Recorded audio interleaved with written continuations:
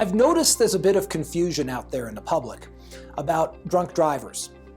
Specifically, a lot of times I get asked, well, gee, I was hit by a drunk driver. I don't think that drunk has anything. Who would you be going after, Chad? Who are you going to try to get money from?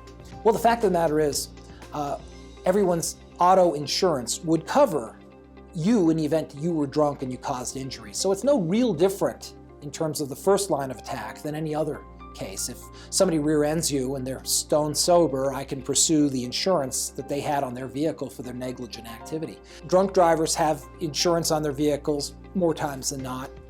And so we'd be first looking for the insurance from the drunk driver. But there's something else. A lot of times drunks get drunk in bars. And bars have coverage called dram shop coverage to take care of people that we tank up and put on the road. Now, there's some rules with that because the liquor industry has lobbied to make sure that it's kind of difficult to pursue those claims. What you basically have to establish, since bars' job is to get people drunk, you kind of have to establish something a little bit higher standard-wise.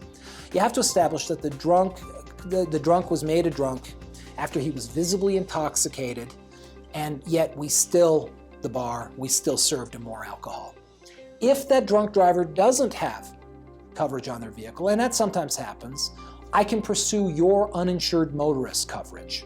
And at that point, your own uninsured motorist coverage would stand in the shoes of the drunk driver and pay you the value of your losses.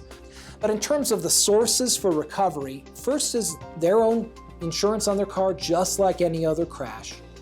And then beyond that, we're looking to see if we can find a tavern or a bar that might have served the drunk after they were visibly intoxicated. But that answers that question.